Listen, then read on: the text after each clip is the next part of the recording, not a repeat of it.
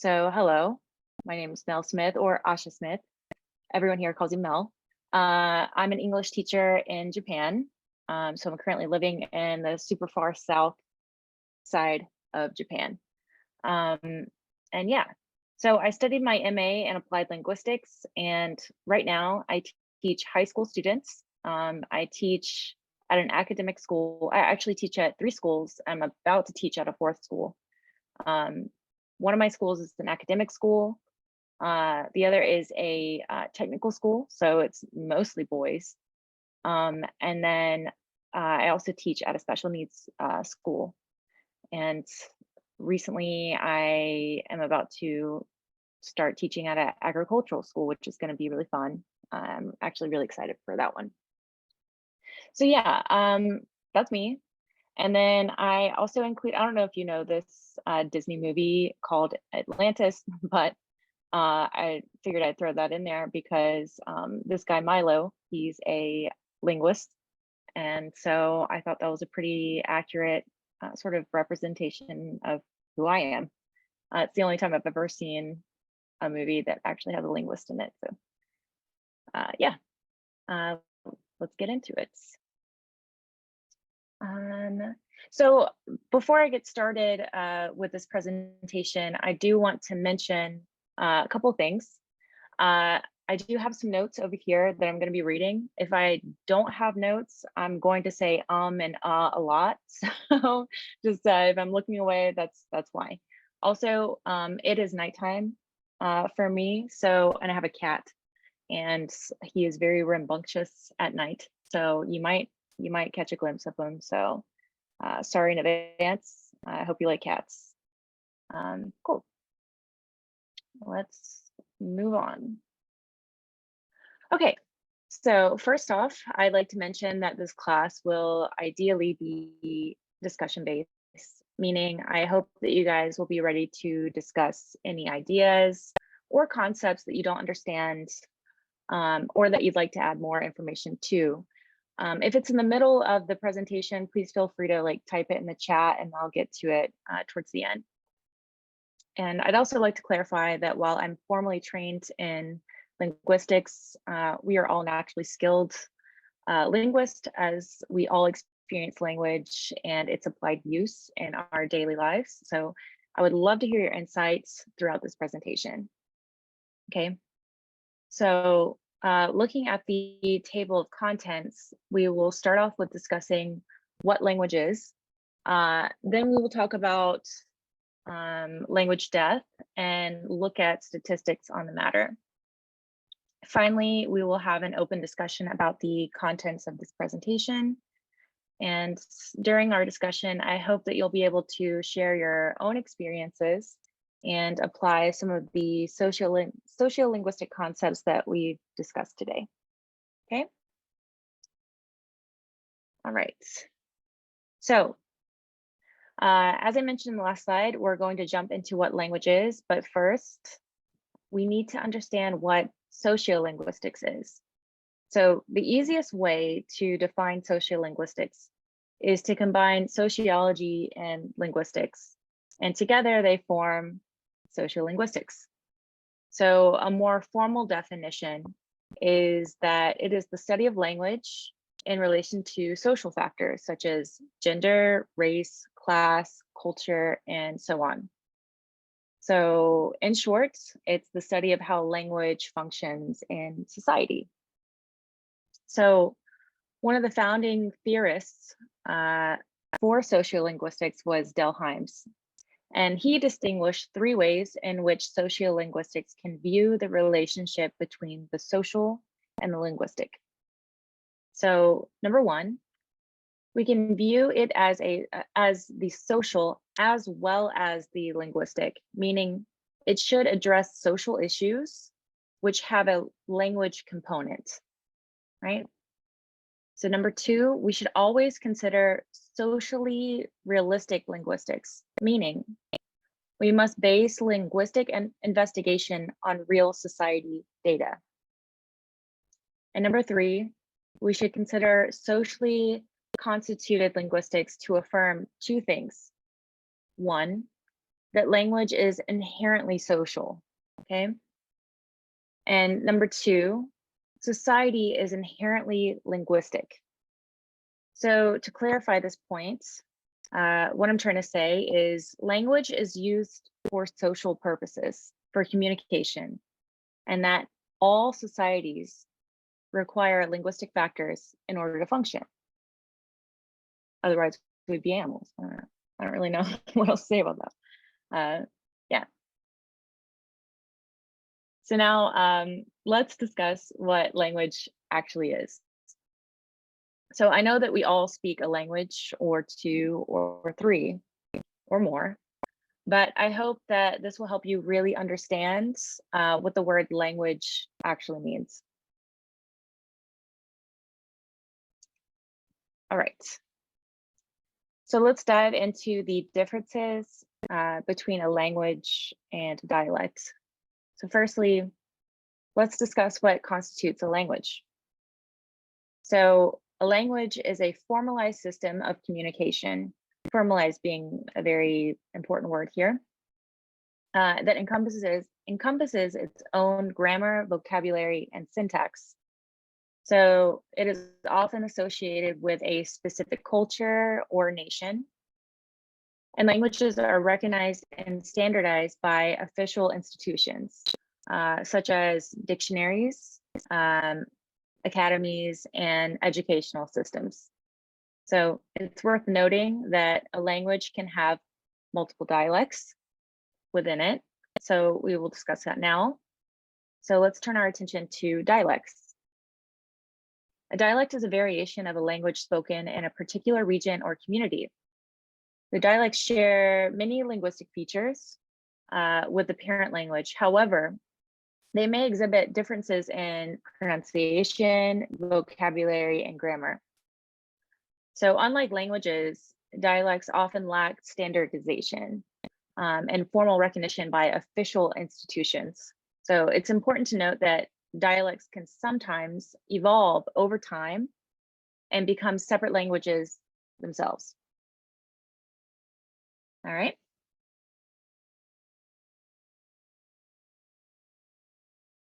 Cool.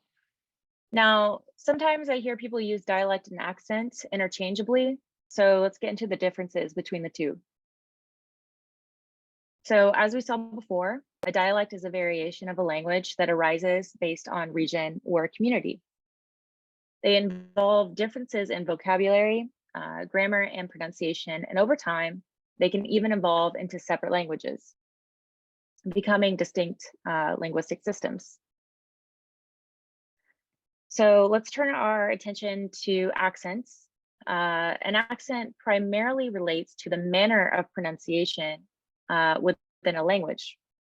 So it reflects regional or cultural speech patterns, and it can vary based on factors such as geography, social background, or exposure to different language influences. So it's important to note that accents do not involve significant differences in vocabulary or grammar compared to the standard language. So essentially, a dialect is going to have a more complex sort of linguistic system than an accent. An accent is going to be mostly pronunciation. So looking at these definitions, we can conclude that dialects and accents are two different aspects of language variation. Okay. All right, so Creole versus Pigeon. So now finally, we're going to get into the differences between a Creole and a Pigeon. Again, these terms are often used interchangeably, but they represent distinct stages. Stages is the main word here. Distinct stages of language development.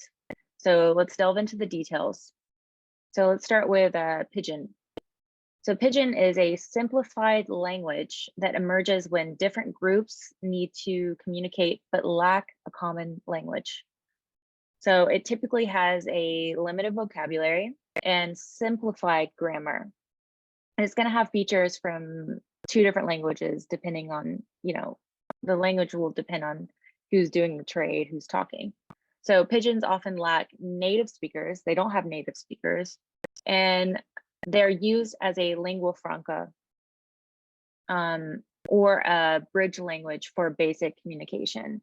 So when I say lingua franca, maybe you guys have heard the term English as a lingua franca, maybe not, but essentially that means English is a language of business. So a pidgin is basically the same thing. It's a language of business. It's two separate, completely separate languages, and then people have some sort of business to attend to. They're trading, whatever, and they kind of create a pidgin, which is kind of like an interlanguage between their two native languages, right?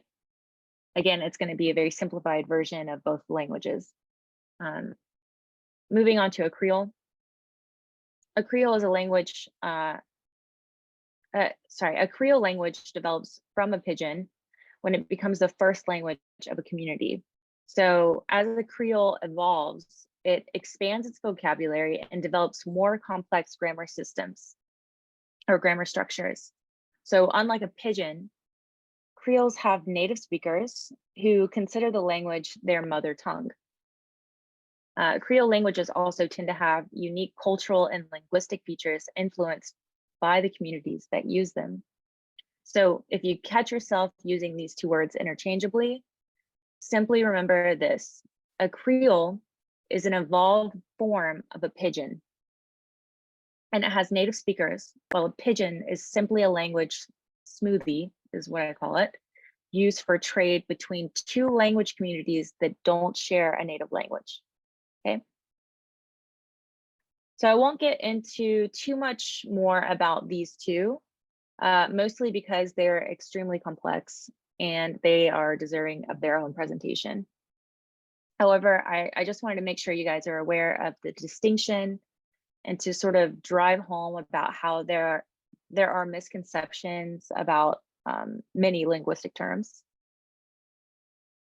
So yeah. All right.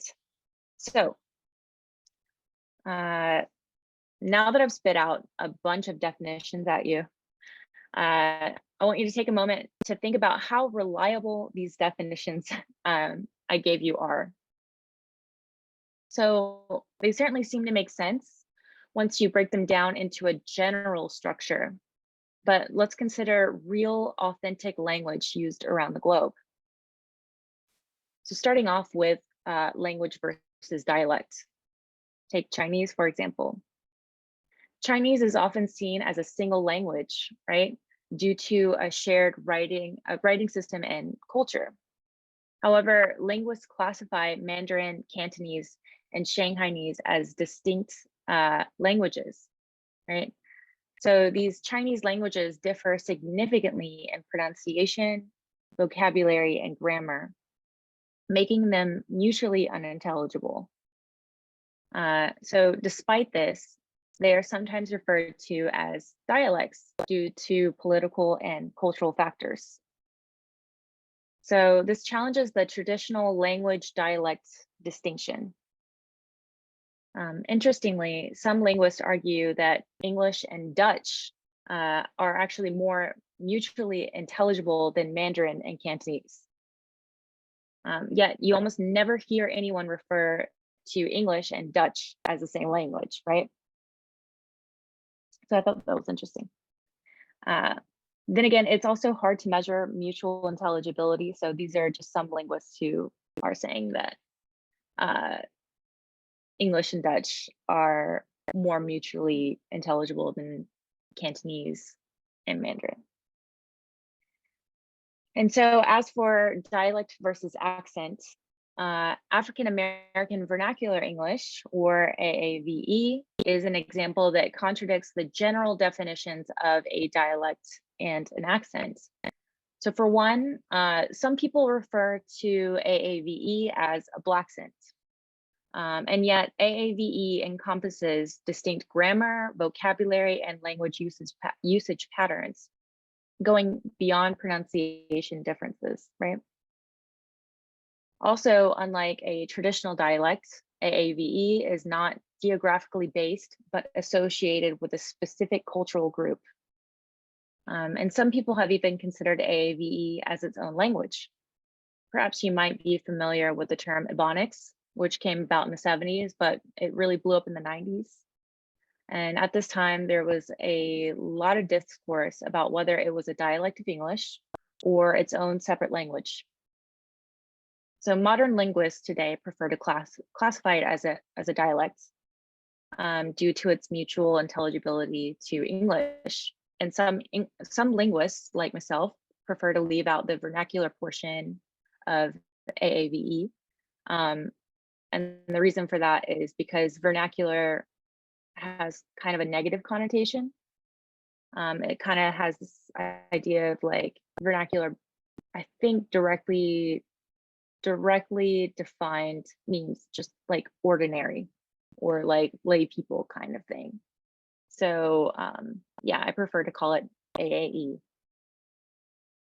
So as you can see, AAE challenges the conventional understanding of dialects as regional variations and accents as primarily pronunciation differences. Okay. All right, so discussion time. And I know I just threw out a bunch at you, but you got this. I know you got it. Okay. So hopefully by now you can see that the definitions between language, dialect, and accent can be very murky.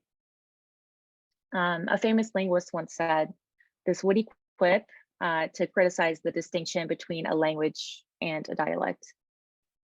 So the quote goes, "A language is a dialect with an army and a navy." Okay. So I'd really like to hear y'all's interpretations of this quote. What do you think that it means? A language is a dialect with an army and a navy. You can put in the chat or you can raise your hand.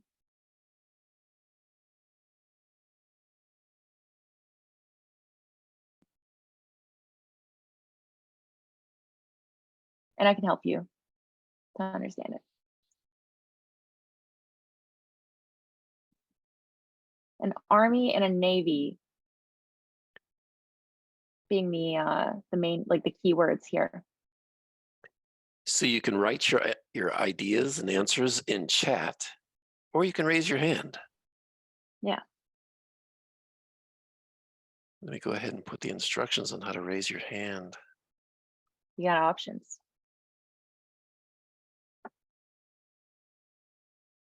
An army and a navy.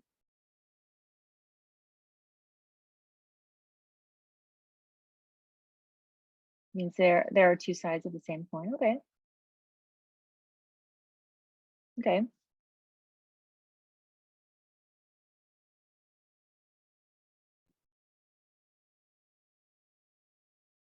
Oh, cool. Someone raise your hand.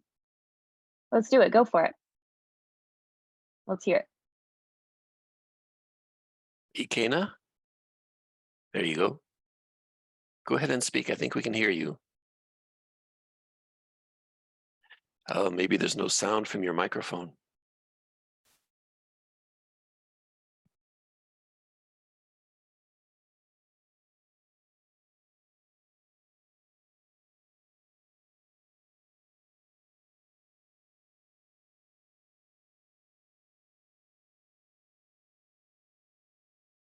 So what does that mean? A language is a dialect with an army and a navy. So I'll give a hint. I'll give a hint. So some of the questions that you can think about is, what do you think that implies about the relationship between language and power? So how does the presence of an army and a navy relate to the classification and the recognition of a language?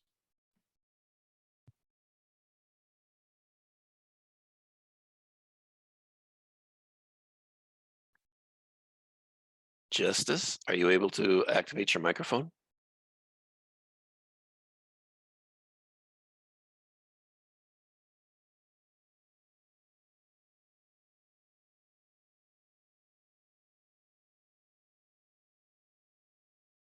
All right, let's see. Hmm.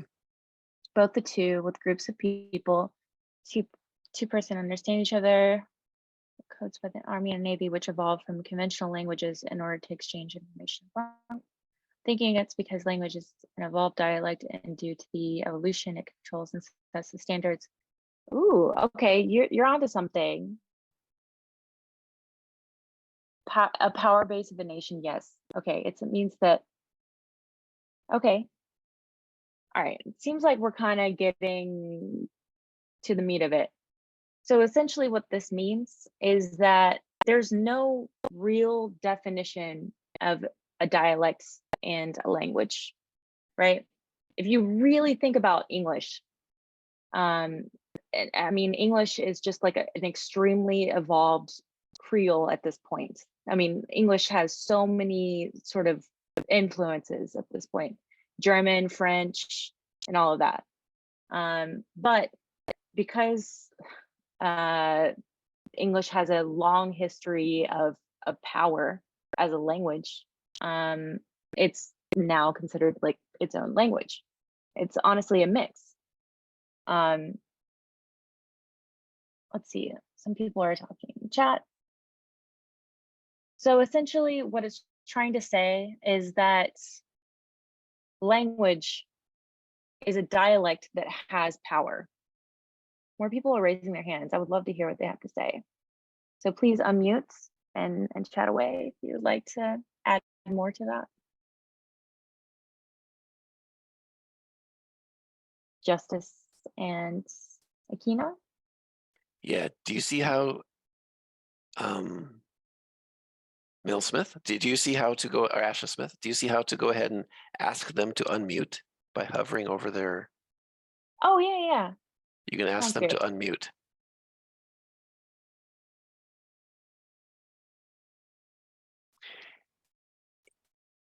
Is it a sense that it's a unified power? Yeah. I guess what it's trying to say is that our definitions of language and dialect are very arbitrary, because it really depends on how powerful the community is that speaks that language, whether it's considered a language or dialect. So power plays a huge role in sociolinguistics. That's like kind of the main focus of sociolinguistics. How, I guess, how we define these two terms based on power. And I guess I'll get more into it in the presentation. So let's move on. I think people kind of get the idea, so that's great. So hopefully by pondering the meaning of this quote, you can recognize that language is not just a linguistic construct, but also intertwined with social, political, and power dynamics. And I think the quote challenges us to reflect on the influence of power and institutional support in determining how language and dialects are perceived and classified.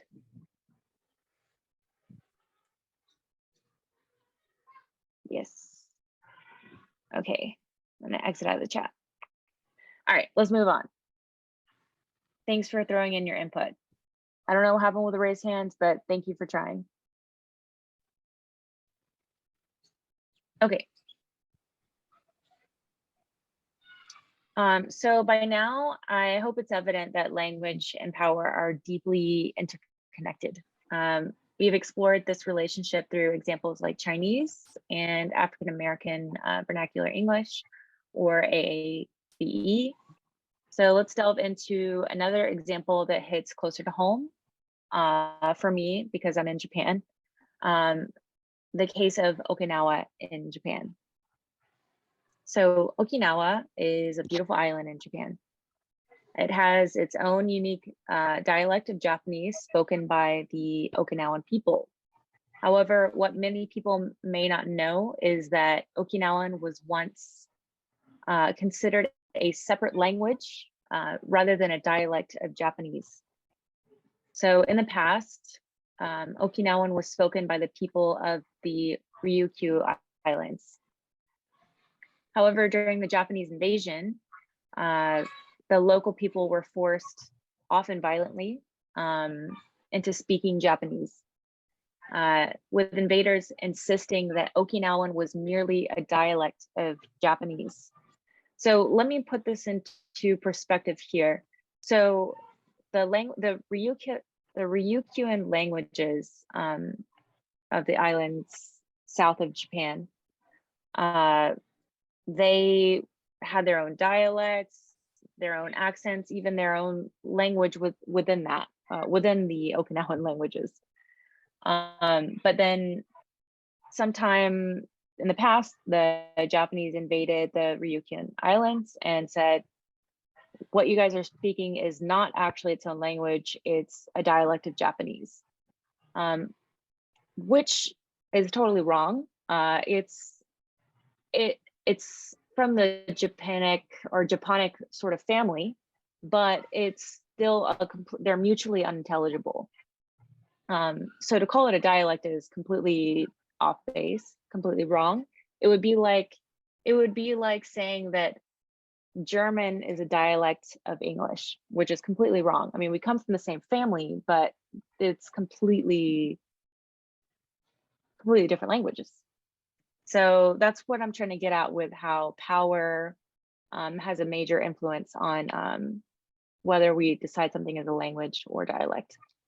So people nowadays tend to think that Okinawan is a dialect of Japanese, and it's just simply not. So despite belonging to the same language family, Okinawan and Japanese are mutually unintelligible, like I said. And over time, the Okinawan language became diluted with the Japanese influence. This is through language policies, basically forcing the children in Okinawa in schools to speak Japanese dialect, or more of a acceptable Japanese dialect. And as a result, the distinction emerged between the Okinawan language and the Okinawan dialect. And unfortunately, the Okinawan language is now on the brink of extinction due to these historical power dynamics. So let's see, I actually have a video that I'll go ahead and play. I think it's like 4 or 5 minutes, and it kind of gives you an idea about the Okinawan language. Is that okay? Cool. I'm going to set it up. Let's stop my share really quick. And set it back up.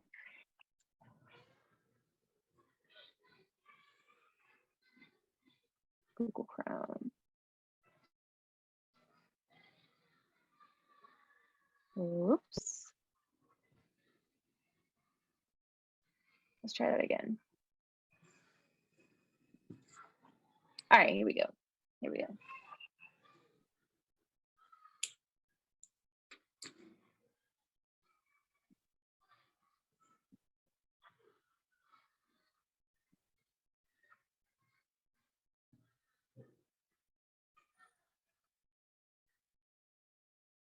All right, let's do it.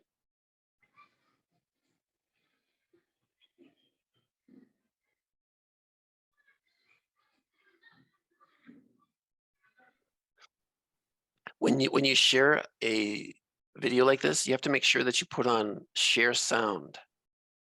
Oh, thank you so much. Let me see how that's. Do you see that? So you have to unshare it. You have to close it down. Okay. And then go back to reshare. Okay. And do you see a little button down there to the left, like share sound? Yes, I do. Thank you so much. Got to click on that. I got it.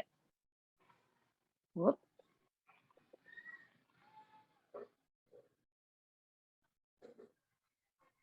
Cool.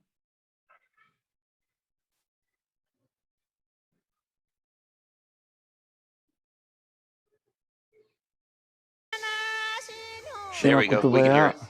Watta uyafa fujikara sajikirattaru kutuba yaibi kutu. Shima kutuba Ke nakunai ne. Shima Kutuba is important because it identifies who we are as Uchinanchu. If the language dies, the identity as a people will die too, because the culture will die. 誰もいない果たしてこのうちなーんちゅが本当のうちなーぐちわかるちょ今のうちなーの県民でもどのぐらいはいるかなと思いますね。だから今の年寄りだけがちゃんとしたうちなーぐちをわかるけど、このうちなーの言葉がなくなったら本当に大変なことですよね。Recently, with the interest in revival of Okinawan language, as a Uchinanchu, a person of Okinawan descent who's born and raised overseas, we share responsibility with the people in Okinawa. 沖縄ハンズオンユースクラブンディルクラブがアイビン。うぬクラブや小学生から大学生まで一平島言葉かなさそうるわらびんちゃから学習たまであちまて島言葉毎日練習そういびん。わったうやファーフジから伝わたるうぬ島言葉。次世段階ぬくさんとならんやんでうむてわったや毎日活動そういびん。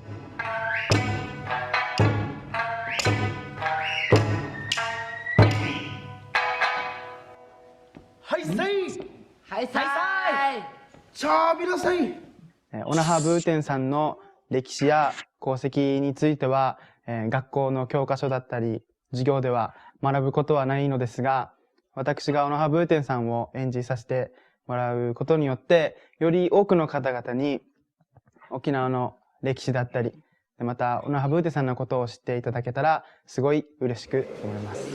セリフ、台本今届いてたもん。僕たち、沖縄で生まれたウチナンチュはウチナンチュでなければならない。ウヤファフジが残したこの大切な沖縄の文化、島くつば、これはウチナンチュでしか守ることはできないと僕は思ってます。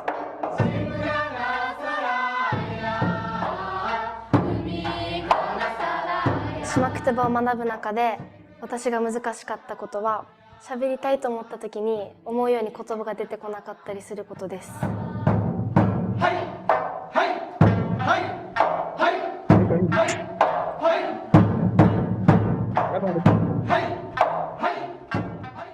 島くつばやウヤファフジのチムグクルドヤイビークトわたや島くつばオペレッタしうぬくくるひるみる活動ソイビークト自してわしてネビランディチウムトイビン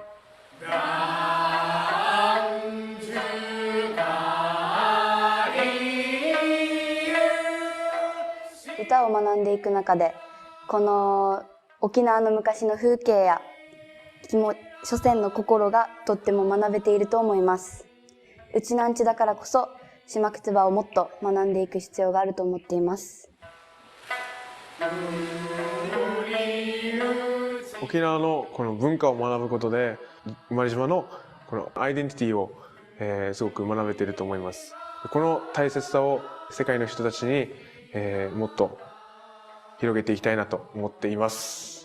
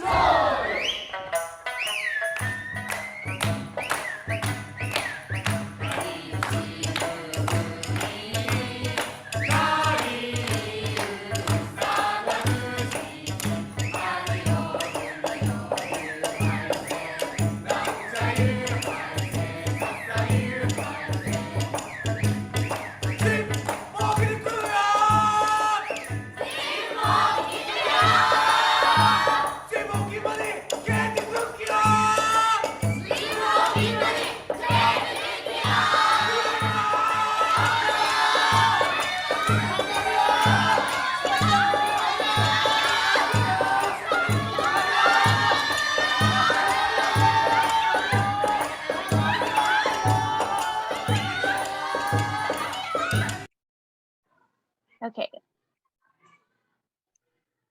Stop this for just a second.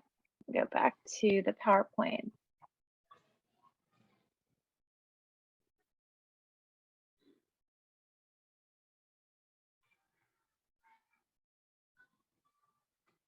Cool. Great. Okay, so something that I noticed with watching the video was one of the kids in the video, they were saying that they didn't learn about this in school. They didn't learn about the their like heritage or about the Ryukyu Islands or the Okinawan language. And that's one way that power has an influence on native language or indigenous languages of certain areas. And that the Japanese came into the Ryukyu Islands and they almost completely eradicated this rich cultural sort of heritage by forcing everyone to speak Japanese rather than some of the native or indigenous Ryukyu Island languages like Okinawan. So that's just like one way that power has an influence on language. So the case of Okinawa sort of exemplifies how power can eradicate entire linguistic systems. It highlights how dominant forces can impose their language and dismiss the uniqueness and the value of local languages and dialects. This example sort of underscores the importance of studying language death and preservation, which we will explore in the next section of this presentation. And so before I move forward, I do want to mention that the area of Japan that I'm in is in Kagoshima, which has a huge influence on this because just like down the street, there's a sort of samurai residence of the Satsuma domain, which those are the samurais that actually invaded Okinawa and forced the Okinawan people to speak Japanese. So it's kind of crazy. I mean, I can literally just walk there. And it's just wild that it's right here. So I'm going to be going to Okinawa in 2 months, and I'm really excited. And I really, really hope that I can hear the sort of native languages rather than just like the dialect while I'm there. That is something that I would love to study, and it's kind of my dream to hear. So something that's like, because Okinawan is extremely rare and it's on the brink of extinction. So it would be such an amazing opportunity to hear a language that's, you know, unfortunately going out. All right, so let's move forward. So as you can see from the video we just watched, language death can cause major distress in communities with rich cultural backgrounds. So one of the things that I think the guy had mentioned in the video was that you know, he was worried that that losing these Okinawan roots, losing the language would kind of disconnect him from his ancestors and his culture. So that's kind of what they're getting at. So yeah, let's explore the concept of language death and its significance in preserving cultural heritage.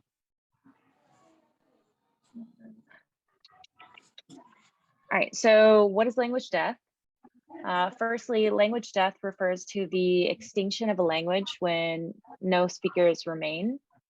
It is a distressing occurrence that results in the loss of a means of communication. Secondly, language death goes beyond communication. It leads to the erosion of cultural knowledge, shared cultural knowledge, traditions, and practices that are unique to that language. So you may have heard that when you learn a new language, you kind of develop a wider sort of world view or a different way to view the world. So when a language dies, it's almost like a version of the world that I guess like native speakers of that language saw gets lost. Additionally, language death affects the identity and the collective memory of communities. So when a language dies, it threatens the very essence of their identity and the intergenerational transmission of cultural values. So it's not just that the language is dying, it's a whole cultural understanding that goes away with language. And then, yeah, recognizing the significance of language preservation is crucial. By preserving endangered languages, we ensure the cultural sustainability of communities and promote inclusivity. Also, language death is a pressing issue that demands our attention. So let's explore further how we can contribute to the preservation of endangered languages and the cultural heritage that they embody. So let's look at some statistics. So approximately 50 to 90% of the world's languages are predicted to become extinct by the end of the 21st century. I mean, this is how intense this is. 50 to 90% of our world's languages are predicted to become extinct by the end of the 21st century. That's kind of wild. So this is according to linguists and language experts. Also, the most at-risk languages are indigenous languages. So about 70 to 90% of them are considered endangered today or severely endangered. So this represents a significant loss of cultural and linguistic diversity. And then out of the estimated 7,000 languages spoken globally today, it is believed that around 40% are currently endangered, meaning they have a high chance of disappearing within a few generations if no revitalization efforts are undertaken.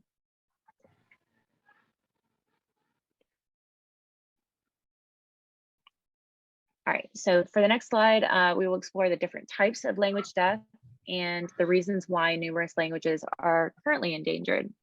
Let me look at the time here. All right, we're doing fine. Okay, so there are various types of language death that we should consider and be aware of. So firstly, there's this concept of extinction, which occurs when a language no longer has any living speakers. One such example is the Tasmanian Aboriginal languages spoken by the indigenous Tasmanian people, which became extinct due to colonization and forced assimilation, with no fluent speakers remaining. So it's completely gone. Secondly, language shift refers to the gradual replacement of a language by another dominant language. So this good example would be Okinawan, which we talked about. Another example being Irish or Gaelic, which shifted due to historical and social factors, including colonialization and educational policies. This led to a decline in Irish language speakers, resulting in a significant language shift towards English dominance in Ireland. And lastly, we have language endangerment, which encompasses languages at risk of disappearing due to declining usage and intergenerational transmission. So one example is also in Japan.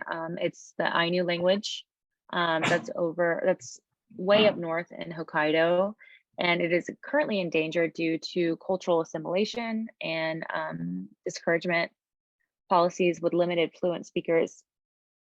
Most of the speakers are older generations, so yeah, it's not really getting passed on, unfortunately. So yeah, let's move forward. So after this, we're going to get into discussion. So I hope you guys will get ready to talk about something. So what causes language death? So let's explore the reasons why so many languages are currently endangered. The main thing here, I have three sort of factors that play into this. So globalization, it plays a significant role in language endangerment.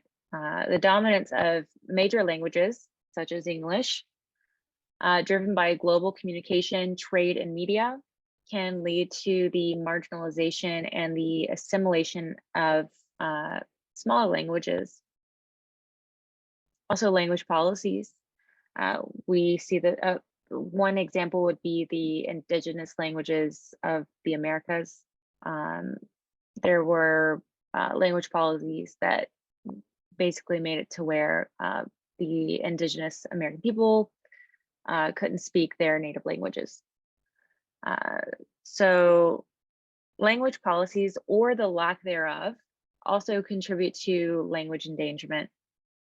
When governments and institutions do not provide adequate support or recognition to minority languages, it hampers their preservation and their development. Additionally, social factors such as migration, urbanization, and changing demographics can disrupt language transmission within communities, leading to a decline in usage and intergenerational continuity. So yeah, understanding these causes is crucial in addressing language endangerment and implementing strategies for language revitalization and preservation. So in the video, we saw that one way that the Okinawan people are attempting to preserve the Okinawan language is to have to educate, have programs that educate younger generations in Okinawa about the Okinawan languages and the history, and then having them conduct plays and kind of like, I guess, get in line with their roots to the Ryukyuan Islands. But yeah, so looks like we have about 10 more minutes, so hopefully we can have a discussion about this. Yeah, we've reached the end. I know I've said a lot, but I know you guys got this. Let's get into some questions for discussion. Okay, everybody, you can write questions into chat. You can also raise your hands. Oh, we have a hand raised. Awesome. Asha Smith, you actually know how to ask them to unmute? Yeah, go ahead. Salsu. Hello. Hello. Good morning and good afternoon, everyone. It's a nice topic. Doctor and presenter, is it Mel Smith, right? So thank you so much for the wonderful presentation. Whenever they talk about language, it really involves everybody, where we used to say mother language. So my question here is that what are the challenges to communities, for example, in Japan, who speaks Pigeon only and who could not speak the Japanese official language? You just talked about recognizing minorities. You know, we have challenges whereby minorities who could not go to school manage to speak only their languages at their backyards, whereby they are disenfranchised from going to schools, because in those schools, they only teach using the official recognized languages, where if they can use those languages, the local languages, for example, to teach medicine, whereby, you know, you have a number of local people or people from that ethnic group that can become medical doctors. But the absence of that recognition, you know, you see many communities are being left behind. And the issue of intermarriages nowadays, where an African man go to Berlin and marry a woman who speaks Dutch, and raising the kids, you know, by a mother, for example, because a mother always stay with the children, you know, they ended up abandoning the father's languages. So you, as a professional of linguistics, what advice will you give government as well as parents on this issue? Thank you so much. Yeah, thank you so much for sharing that. So that is a huge problem. I wanted to talk about this in the I actually had this set up for in the slide talking about the sort of distress that it causes families, this sort of power imbalance with languages. I did want to talk about that, but I didn't have enough time. But I'm glad that you brought that up.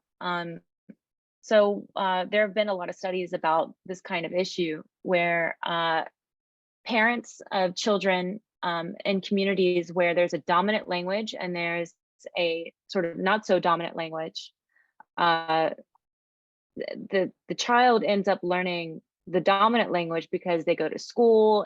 It gives them more socioeconomic growth to be able to like know this dominant language. So they almost find no use for I guess in the situation you were telling me about the father's language, right?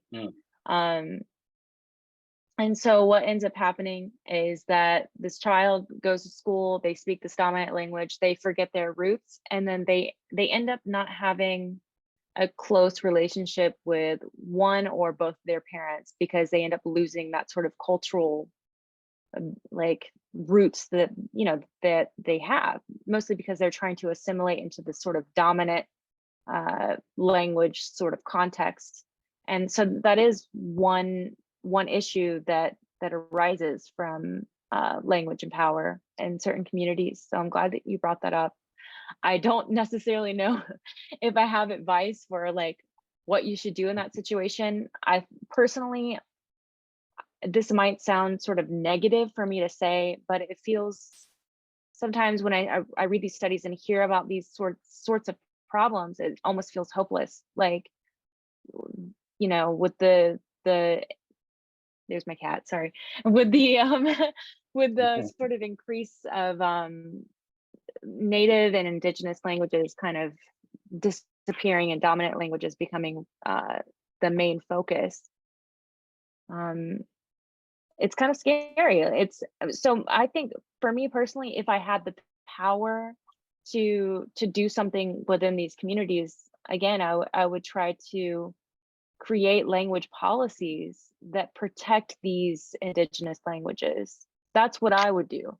But unfortunately, most governments don't care about implementing these kinds of policies. They're more focused on the business side of things. And right now, the business side of things is what's the dominant language, right? What's the easiest thing that we can create? So thank you. Okay, thank you so much. Yeah, great question.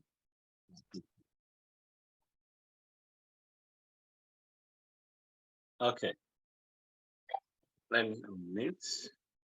Now we'll go to Victor Agene. Okay. Good afternoon to everyone. Thank you for. Good afternoon. Yes, thank you for this great presentation. My question is just similar to what the first question that you asked. Language is very, very important.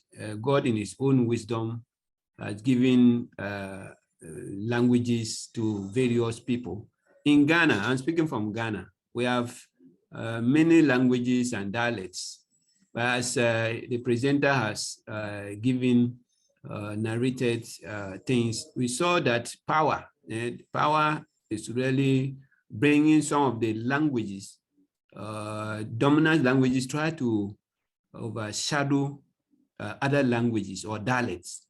And it's almost dying off. So my question is just a similar one.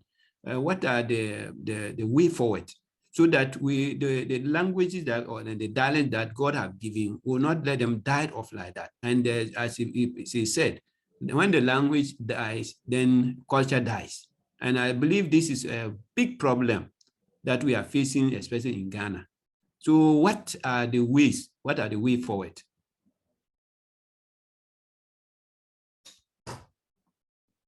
Here we go, I unmute myself. Yeah, so I think some of the main things is we have to really push for language policies to protect these languages. And again, unfortunately, a lot of these nations don't care about protecting these indigenous languages. So I think when, in that case, if our governments are not doing anything about it, the best way that we can sort of combat that is to record them as much as we can, write in journals, write in diaries, try to preserve it as much as you can through song, through writing, through educating your children about it or your grandchildren about it. Just try to, talk about it, try to pass it on as much as you can, because at this point, it's really hard to convince, I guess, people in power just how important it is to preserve this kind of thing. I mean, it just seems to be not a priority for many governments in the world right now. Really, they're just more concerned about simplifying things as much as possible, because that makes business a lot more simple. But we're complex creatures. We're not simple. We need to preserve our cultural heritage through language, through dance, through song, through writing. So that's the only thing that I can really say. Pass it on as much as you can. Write it down, get as much as you can down. So thank you for the question. That's great.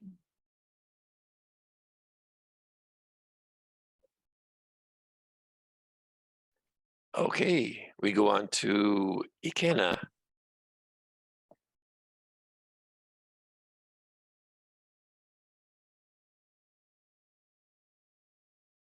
I see that you've activated your microphone, but I cannot hear you. We'll move on. Maybe Justice. Let's try Justice. Give it a shot.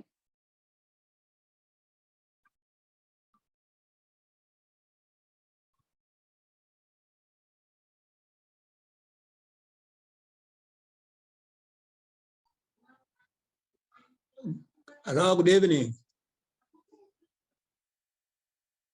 Hello, we can hear you. Good evening. Good evening. Well done, Aisha. It's Asha or Aisha? Asha. Asha Smith. Yes.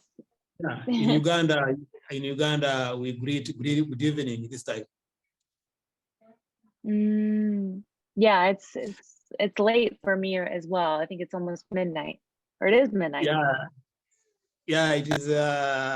This is 1800 hours in Uganda. Thank you so much for a wonderful lecture. Thank you for listening. Yeah, why mine is a bit of a contribution to the topic. Then later on, I will ask a question at the end of my contribution. Okay. Yeah, I appreciate the languages. The language is the cornerstone for our existence, yes. I can say. And the roles of language in society, as we have just mentioned, it's about culture. Yes. It helps us in communication, and in education, then our development is about language. So if you cannot have a common language, you cannot a language to communicate. You cannot a language which is added to a culture in a society, then that language is dead, and as well as even the community is dead. Language is a vital part of human connection, as you have said. So language connects us with, connects us with human connection. That when you have a language, then you are connected to a certain aspect. Although all species who have their ways in communicating, humans only ones are the ones who mastered their cognitive languages communication. Second, language allows us to share our ideas and thoughts and feelings to others. When you communicate, then someone will understand your feelings. Though there are verbal ways of the signs, but signs, it's a sign language. We also have a sign, which is a language. People, when you make a sign, understand what you mean. That's also a language.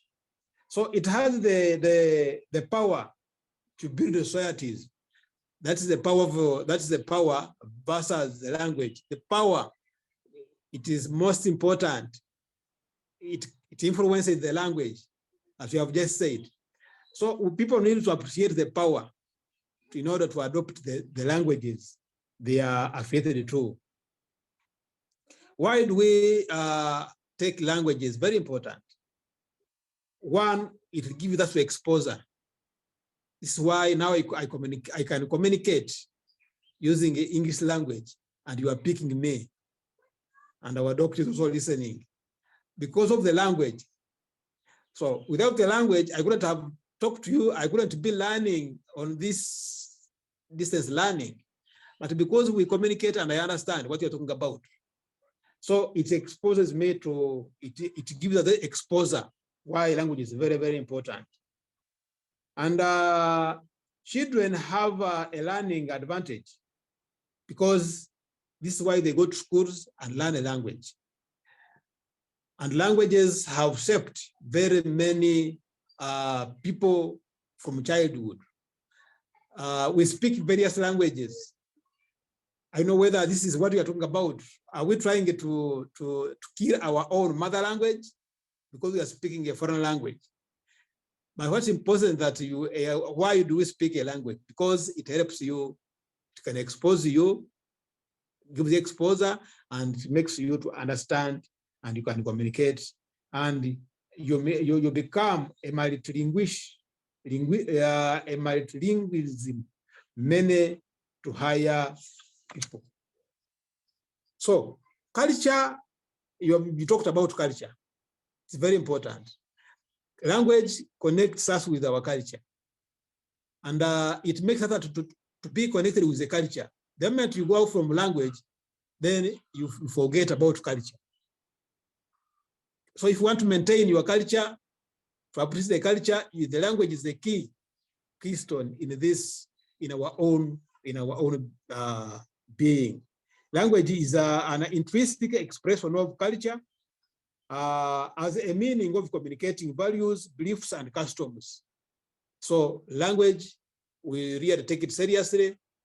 And I would urge my colleagues who are on this forum or listening and in class that we should appreciate this lecture as a very important one to our course.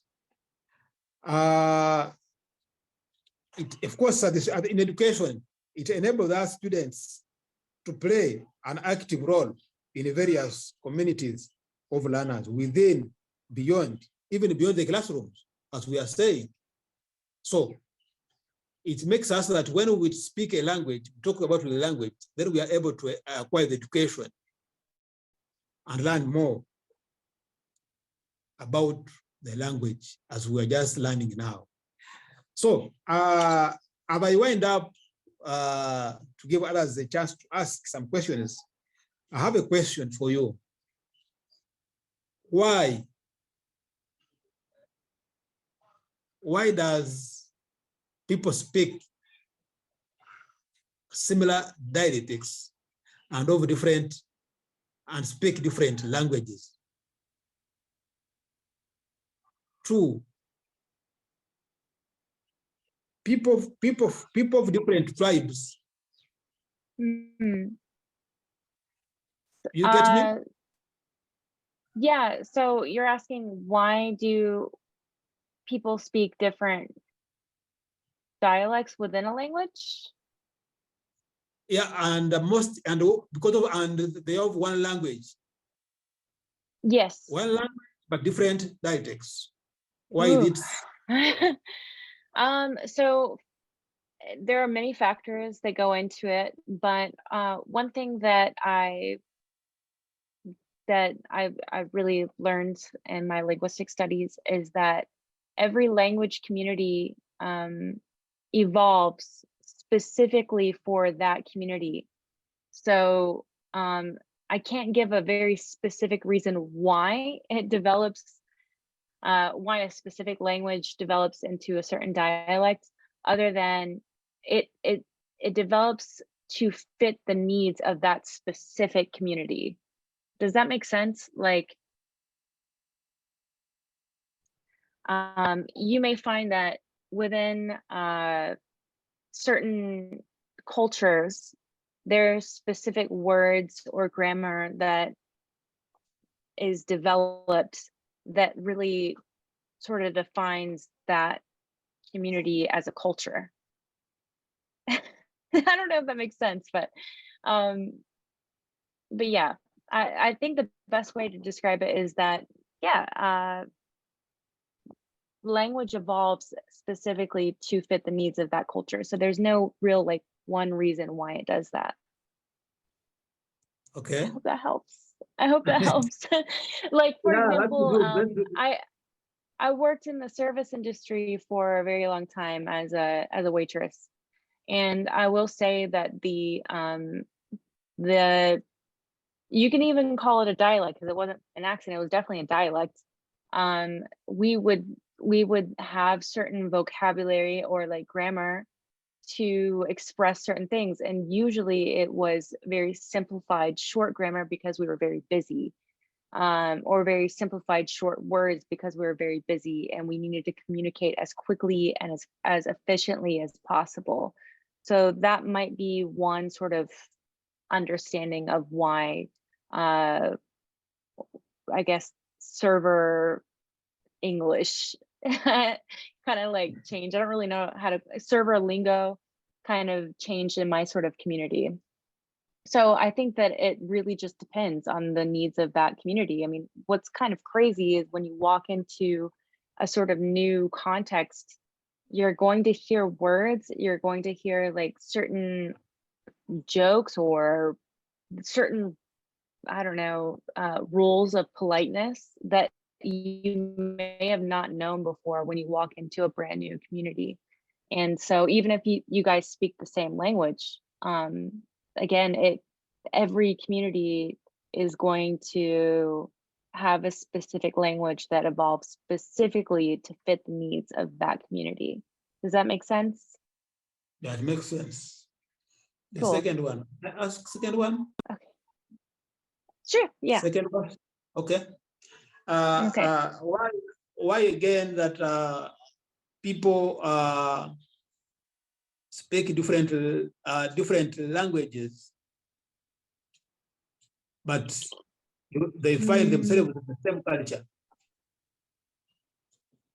The culture is same, similarly, but the languages are different, and they cannot even listen to each other.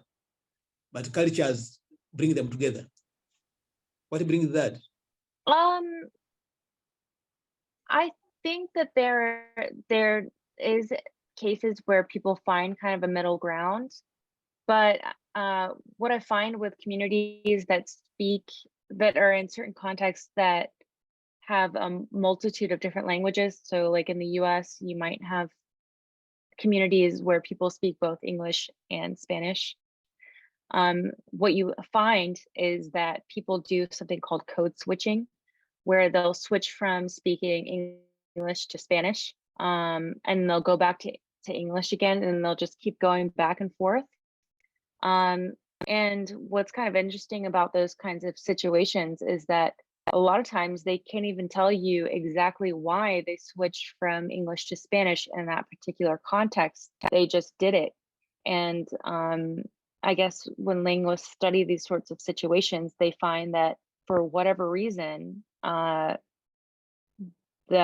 person within that community found that it was easier to explain certain concepts in Spanish than it was in English, and vice versa. They found that it was easier to explain certain concepts in, what did I say before, in English than in Spanish. So it kind of makes it so I don't know. I think that language sort of serves different functions, even in the same context. You know, I live in a place where people speak English and Spanish a lot. Yeah. Yeah. And so I'll be walking down and through a store and I'll hear a group of people speaking Spanish. Yeah. And then as I walk by, because I don't look Spanish, Yeah. they begin to speak English. And Yeah. then as I pass them by and I've gone to the other side, they go back to speaking Spanish.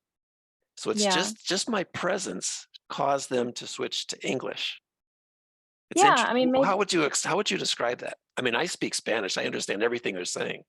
right. How Yeah. would No, you describe that?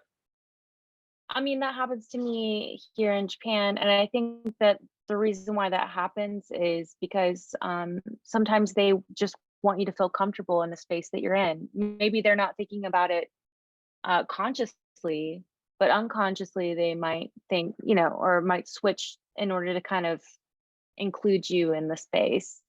I do see that. And honestly, I just had my friends over the other night here in Japan, and they're also English teachers, so their native language is English.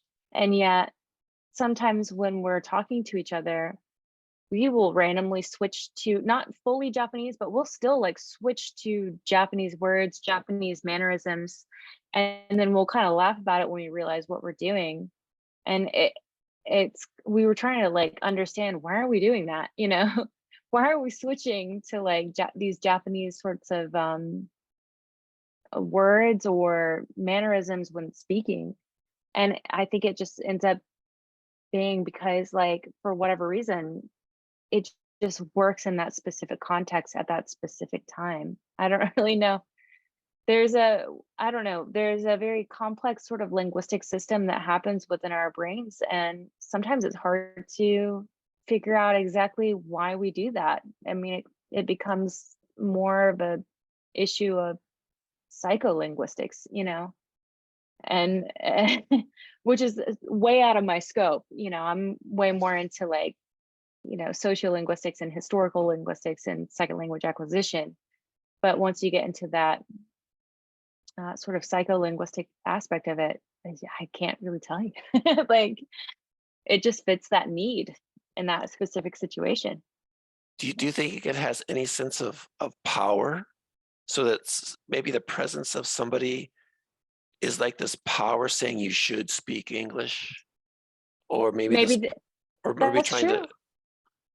What do you think? That's a decent theory. I mean, maybe they feel like they kind of have to in order to accommodate you. I'm not sure. I'm interested to see what kind of studies there are on that. Yeah. Because it would be interesting to see on the other side if there's like a group of people speaking English and then people who speak Spanish pass by, do they switch to Spanish or not? Or is it it's like a power thing? Say, no, we're not going to switch to Spanish. Do you know what I mean? I mean, my first thought would be like, I don't think they would, because I feel like Right. English speakers kind of feel like, I mean, that what they're doing is the norm. They don't have to accommodate other languages. But I could be wrong. I would be curious to see what kinds of studies have been done on those kinds of situations. Yeah. Yeah. We'll go to Ivy Suswole. Yeah. Sorry we're over time, you guys, but I'm happy to keep going and talk about it. Well, if you want, we can leave it to like 5 more minutes and call it good. Yeah, thank you, Dialect. Thank you, Asha, for the wonderful presentation. Great. I'm glad you liked it. I believe that language death is caused by us, because as parents, many of us here are parents, and sometimes maybe mass migration due to neo-colonialization and all those things, we seem to forget our dialect and now concentrate or give allegiance to our maybe the second language, maybe which could be English. Yeah. Because many of us have our local dialect. Yeah. And we fail to educate our children, who are the future generation. Yeah. So it tends to kill the language. Yeah. So I think that we should take it upon ourselves as parents to educate our children from our mother tongue so that they can speak it. Fine, English, definitely they will speak English because they go to school, but our dialects are not taught in school. They teach a common language, which is English. Yeah. Many subjects are taught in English, unless maybe they are doing local languages, which even in that they fist in the English.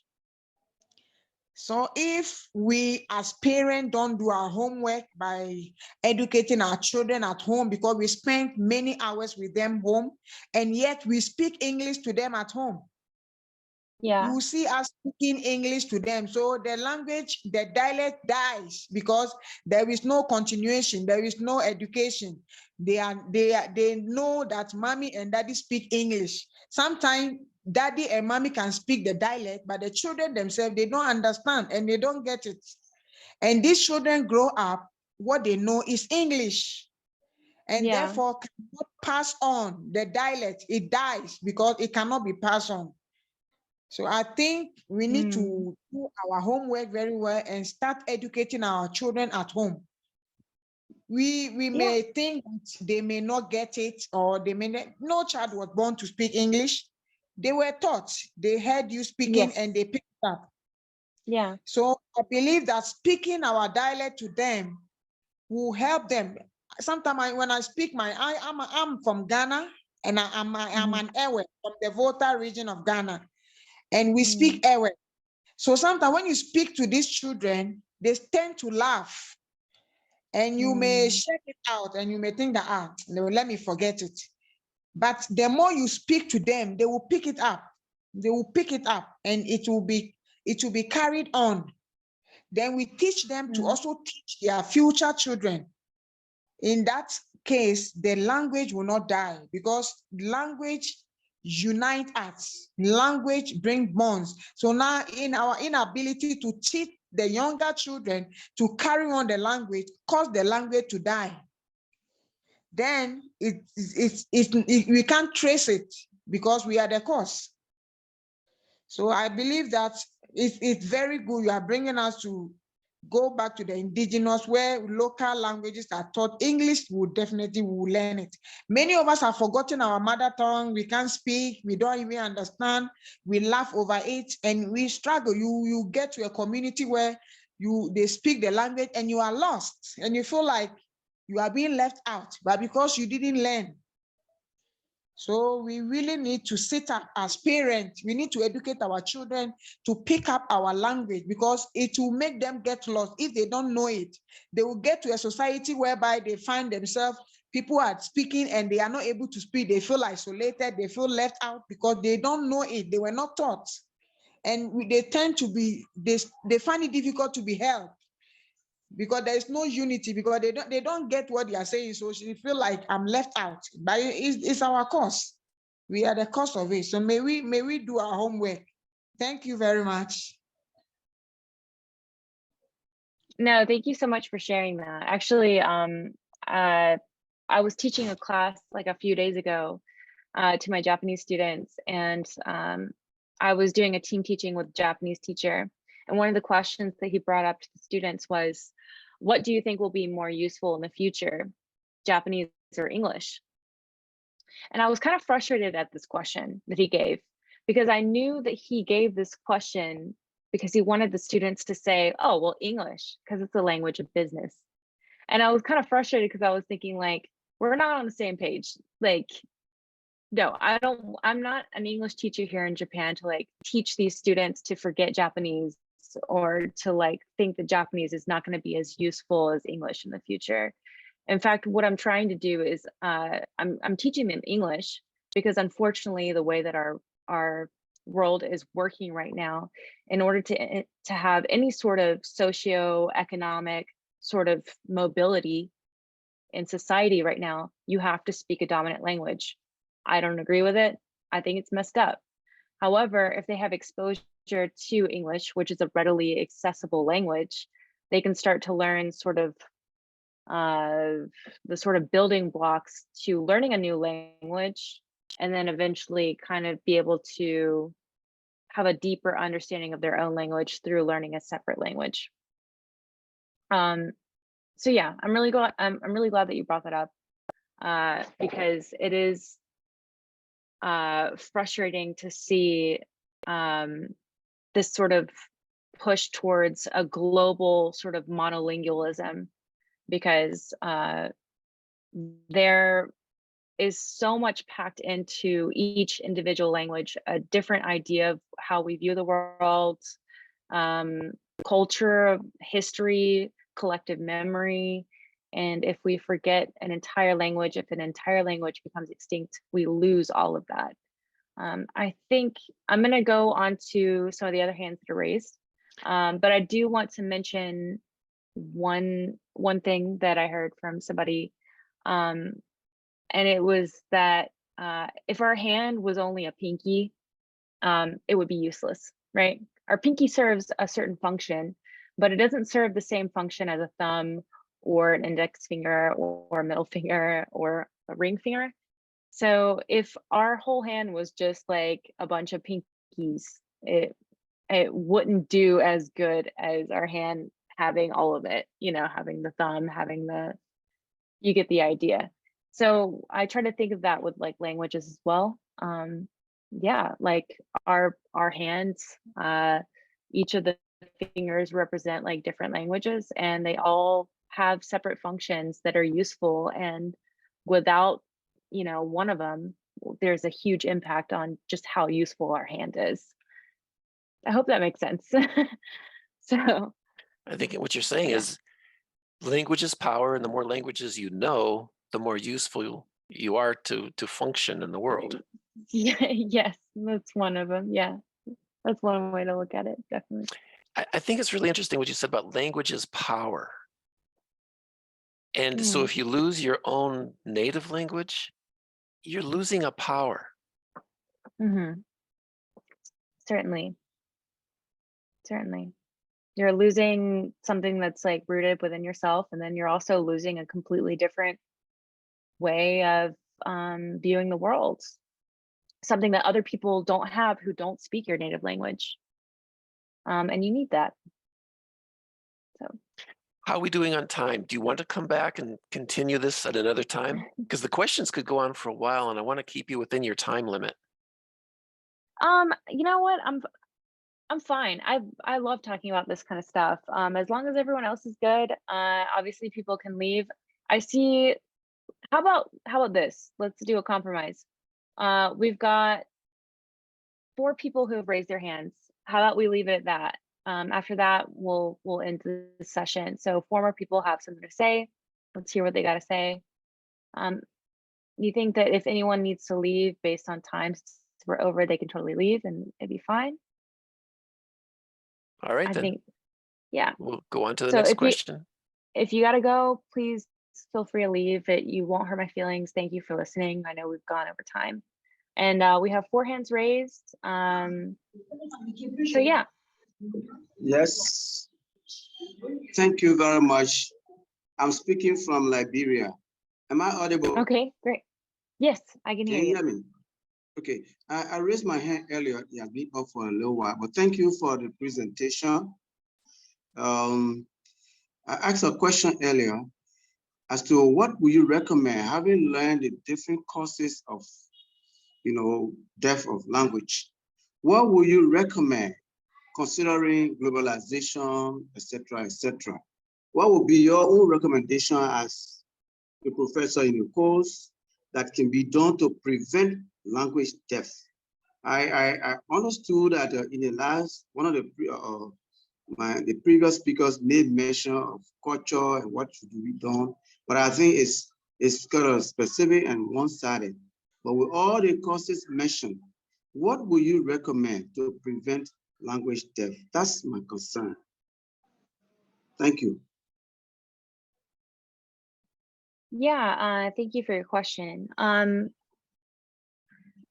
So I think it's not like one specific thing that we need to do. I think it's several things that we need to do. The first thing is to educate people about it. That's the most important part, is that we need to educate the people around us. We need to educate our children. If we have children, we need to read books on it, and we need to pass that information on. That's the most important part. I think the other thing is to take part locally in like communities. I know that sounds silly to say, because it feels like it's a sort of losing battle, but it's not. I do think that it will at least have some sort of impact on one person within your community, someone who would come from a very similar background. That would be the next step. And then I think after that is probably to come together as much as possible to try to push for some kind of language reform, some kind of language policy, some kind of language change. I think that those are the biggest ways that you could make a difference, is to just try to find some way for you to be heard by someone who can make some sort of policy. Maybe not even have to like have someone hear you. Maybe you could be the person that could make that sort of policy, like to get to a certain point where you make that policy. I don't know. I guess the sky's the limit, but still, the best way is to stay as educated as possible and to pass that information on, and to really try to strive for some sort of policy to protect these sorts of languages. But it's really stressful because, again, it's not a priority. It's not a priority in our society, unfortunately. And that's that. And what's really frustrating about that is that entire communities are becoming ignored because of this. So yeah, that's it. Well, I know That's the back best. in the 1970s in Hawaii, the Hawaiian language was being lost. And then in the 1980s, a few families said, you know, we're just going to speak Hawaiian. We're going to learn Hawaiian and speak only Hawaiian in our families. Yeah. And certain people then began to like speak Hawaiian again, because it was almost completely dead. Only a few people on the Yes. north side of one of the islands was speaking it. And so it was such a situation where the language was almost completely dead that people thought, we got to bring this back. We have to speak this. And then it began this cultural revolution to where people in Hawaii just started to learn it and speak it with pride. And Yeah. now there's a whole new generation speaking Hawaiian. Yeah. Yeah.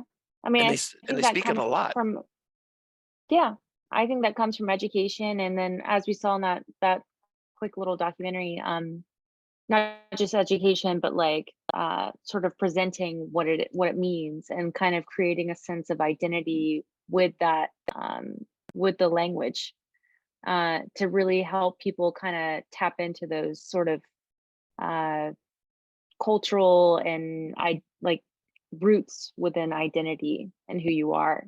And yeah, I think that's a really great way to do it from a small scale. I think it definitely starts from very small scale like that, and then eventually can blow up into an official policy to protect the language, which has happened. Language policies have been put in place more recently to protect certain languages, but not enough. Not enough, you know. Yeah, Oh, thank you. okay, let's go on to Chris Edmond. All right, we got 3 more. Let's hear it, Chris.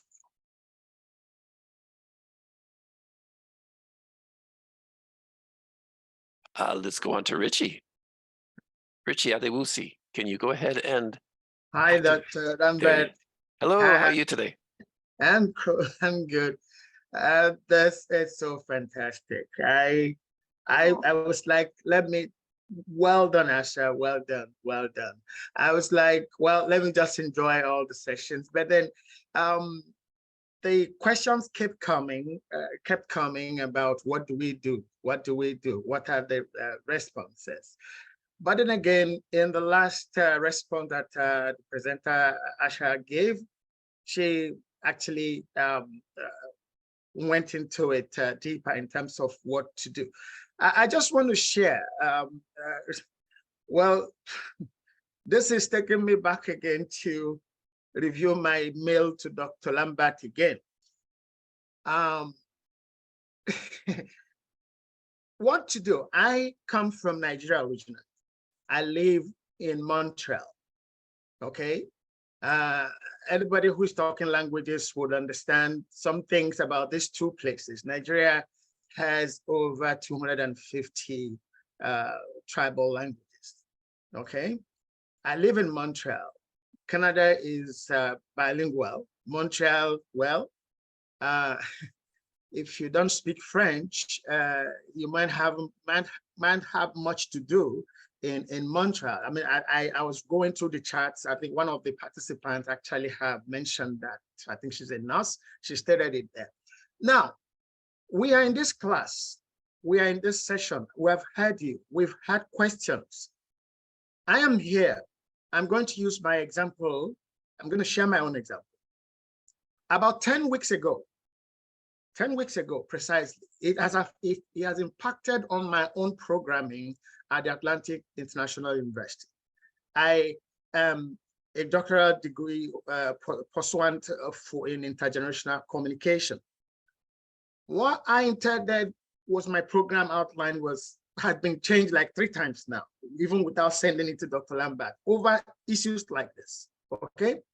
2 summers ago, this is the 3rd summer now, I started encouraging people to cook and eat spicy Nigerian soups. I'm talking Nigerians now and Africans generally.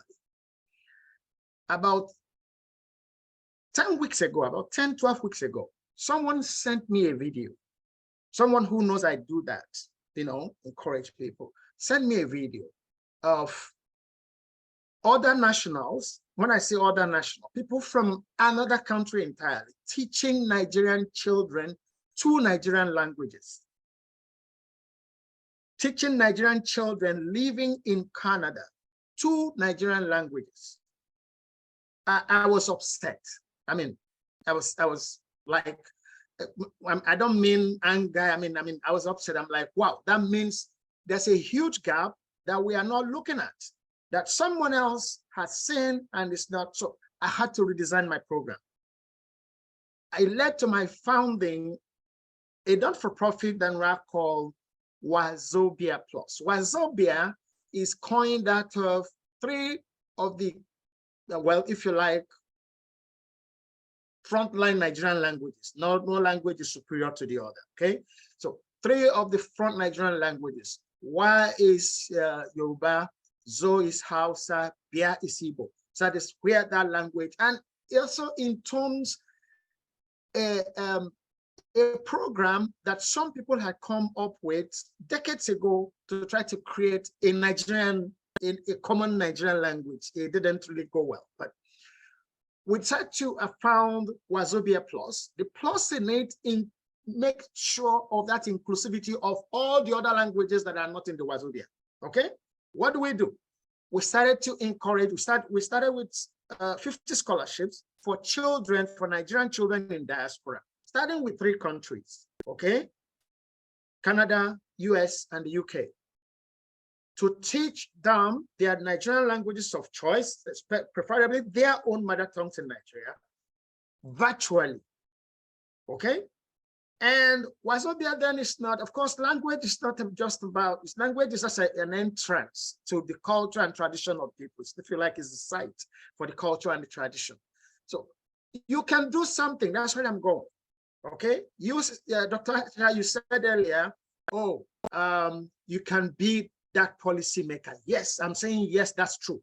You are not government, but why do non-governmental organizations exist? They exist to complement, to draw, okay, to draw the attention of government, of powers that be, to a problem in society by doing something about it themselves that then can become policy. They can advocate for those things, for policy change, for policy shifts, for policy reinforcements, okay? Which is what we're trying to do at Wazobia Plus program in Canada here. Of course, with plans to start other franchises for Wazobia in other countries across the world where Nigerians live. Okay, something can be done, something is being done. There's no language that, with the technology that's available right now, no language needs to die. You don't have to be at home to learn the language. Thank you so very much. This is so, so powerful. This is so powerful. Thank you so very much. No, I really appreciate your input on that, because as a native English speaker, you know, I have, I guess, the privilege of just learning about this, but unfortunately, like, not unfortunately, I guess I mean to say that I grew up speaking a language that natively that is considered a powerful language or a powerful language. But with that, there's certain things that I personally don't understand as a native English speaker. So this kind of input, the kind of work that people who don't speak English natively put into preserving their language is something that, you know, I would love to learn from, and to be able to like try my best to sort of, I don't know, give a pedestal for people like you to be able to like talk about this kind of stuff and what to do. Yeah, so thank you so much for your input on that. Really, I super appreciate it. And I hope that everyone can kind of hear this and understand that the best way to make any sort of policy change in terms of language or in terms of anything is to come together as a community and really try to push it as much as possible. And yeah, thank you. Thank you for sharing that. Thank you. Okay. I really appreciate it. Asha Smith, we probably have come to the end because we're kind of pushing a time limit here. Yeah, I'm so I know sorry. there are more questions appearing, but I think we're going to have to just stop and then welcome you back to talk about this particular topic again or something similar. Yeah, I'm so sorry. I know we're almost at 2 hours. This is supposed to be a 1 hour class, Right. but I think this topic really is super important and definitely important to the people that are in here. What I will say, I'm so sorry. I know some people have had their hands raised for a long time. What I will say is please feel free to email me. I would love to hear your questions. I would totally love to respond to you guys about any of this. I'm going to go ahead and put my email in the chat. Send it to Please send me everyone. an email. Yeah, I'll send it to everyone. So this is my email. Oh, I would there you love to hear what you have to say about any of this. And remember, if you're going to write an assignment on this, you can use the emails and the answers from Asha Smith to go ahead and actually help you write your assignments. So Okay. think about the questions, think about your own personal experience, think about the own traditional languages you have and what's happening with them in your community. Yeah. So one last thing. I'm really sorry. I know we're closing up, but someone said, please allow Olasupo to talk. Olasupo, is it okay if he just closes us out? Sure. Very last thing. And Yes. that's it. And we'll finish up. Thank you so much. We're gonna let Olasupo talk. I hope I'm saying your name correctly. Please close us out. Thank you very much. I hope I've been heard. Yes, my own is a sort of contribution. You know, when you talk of language, language is very complex. Like, for example, in Nigeria now, the other man who spoke talk about Wasobia. Y is for Yoruba, Zo is for Hausa, and Bia is for Igbo. But even for us within Yoruba group, when you are talking, you talk about the language, you talk about the dialect. Even in Yoruba, we have so many dialects. Like, you know, people have different dialects from the Jebus. The Jebus are different from the Jechas. The Jechas are different from Egba. So what happens is that it can be an intentional effort for a language not to die. And you have to also talk about the cost-benefit analysis when we are talking of all this language issue. Because in a situation when you don't have many who are speaking a particular language, there's no way that language will not gradually go into extinction. But you find out that the effort, you find out that English language, anywhere you are, you're able to have a grasp of English textbooks, which will teach you the language. Like the Chinese of recent, they have come up with a Yoruba textbook in China. So if you're in China and there's a Yoruba textbook, you can be able to have an idea of Yoruba language, but it is the common one to all the Yorubas, whether you are the Egbas, whether you are the Jebus, whether you are the Undos, whether you are the Ekitis. So that is the common language. Just like in England, you have the West language English, you have the Scotland one, and you have the one in London. So I think that we have to realize that there are limitations to the issue of having a common language. When you are in America, there's no way you can say as a Yoruba man, you want to start speaking Yoruba, except there is a community within that area, like in Canada now. If you are in Montreal and there are so many Yorubas there, then they can bond themselves together and talk of teaching Yoruba language. And when they teach Yoruba language, that will be a common one to every one of them, not even the dialect. Because we should realize there's a difference between language and dialect. So the dialect is a different one. So it's the language one that can bond them together, not the dialect. If you want to speak the dialect, you must even be within the enclosure, within the area where all the people that is the Jebus are, then you can talk of Jebu language. Even in Nigeria, like I was talking, even when you go to the Midwest, which we used to call the South South, you find out that even there are some common languages between those at that end and maybe the Jebus. But the most important thing that everybody should try to preserve, we should try as parents to encourage our children to speak the language anytime they have the opportunity to meet those who understand the language. It can be intentional. And when that is intentional, then the language will not die. But if it's not intentional, it is very difficult. I can't come to America now and start speaking Yoruba language. Nobody's going to understand me. Even the Bible says, can two people work together except they agree? So except the language is very powerful. When two people can speak the same language, they bond immediately. They're able to communicate, they feel more relaxed. When you understand me, I understand you, you're able to relate with me. But when you are a German, I'm a Japanese, definitely there are issues. So the most important is that everybody should try to preserve their own languages within their own enclosure and do it intentionally. Wherever they are always trying to speak the language. And in fact, in Nigeria, there was a time it was being peddled that education should be taught in mother language. And I believe that the guy saying about in Canada, teaching two languages, that if you're Yoruba, then you are taught Hausa and Igbo. If you are Igbo, you are taught Yoruba and Hausa. So the totality of that arrangement is that when the Nigerians are together, they're able to understand themselves. Because they can be Nigerians, one is Hausa, one is Igbo, one is Yoruba.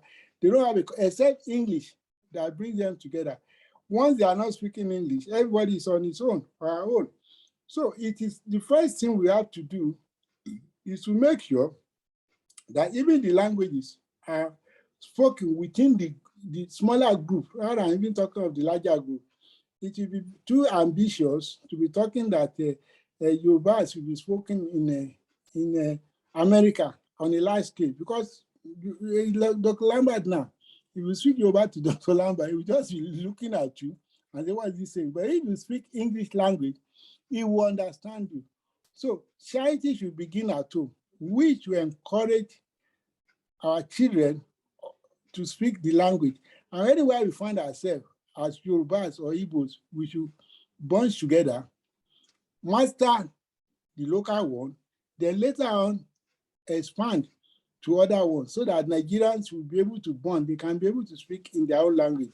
Otherwise, I don't think a language is a very difficult situation. It's a very difficult something because apart from language, you have the dialect. So, but let us even concentrate on the language and then come and attend to the dialect, because all the Yorubas will be able to understand themselves. The Igbos will be able to understand themselves. The Hausa will be able to, like when you talk about the Hausa now, you have the Fulanis.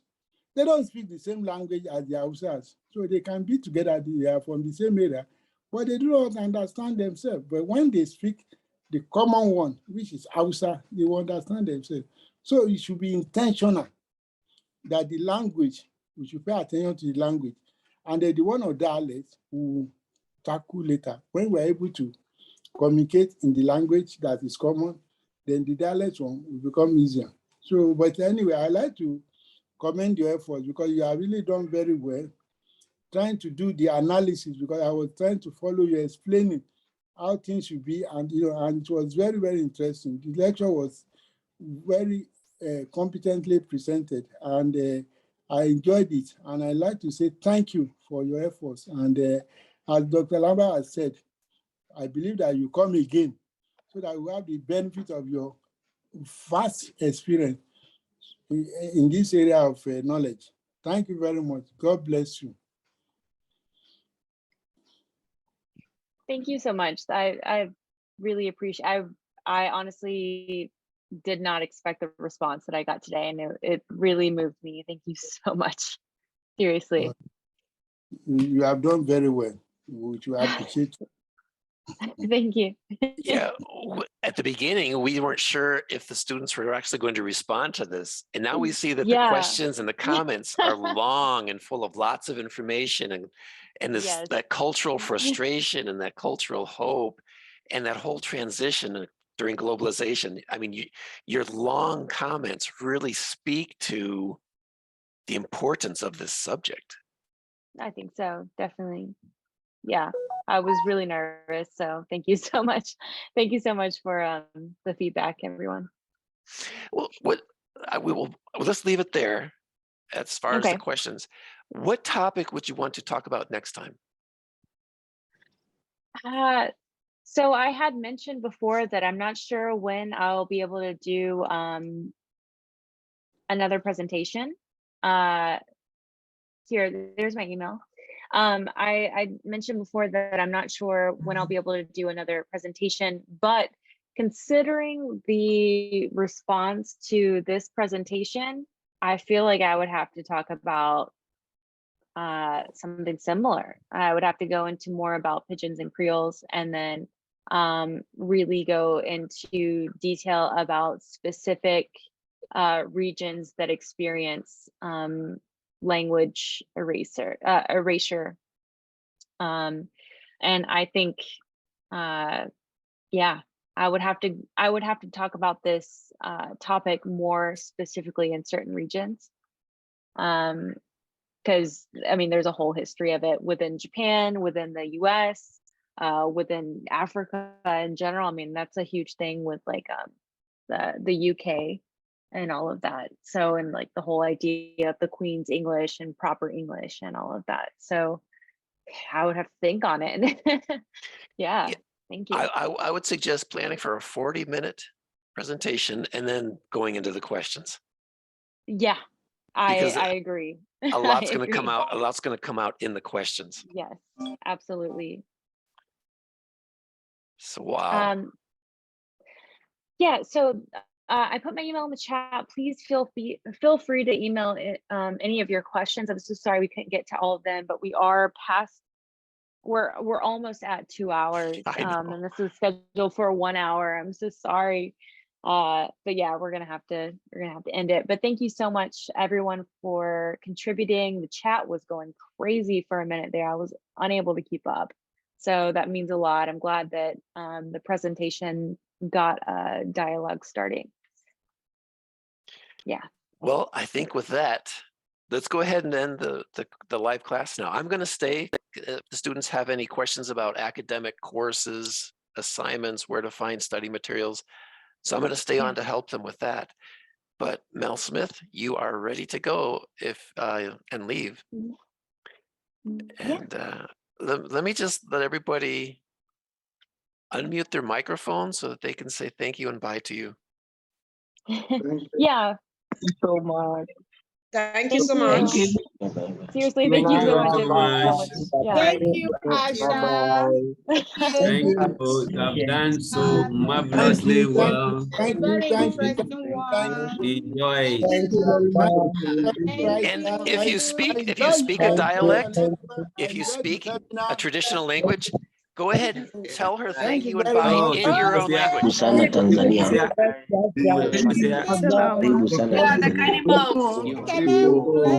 Karibu sana Tanzania.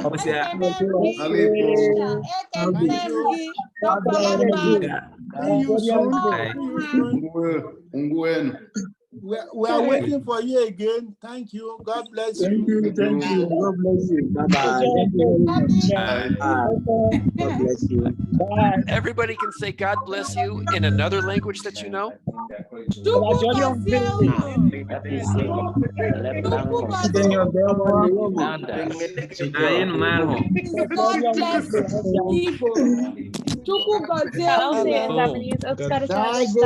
you so much for your heart.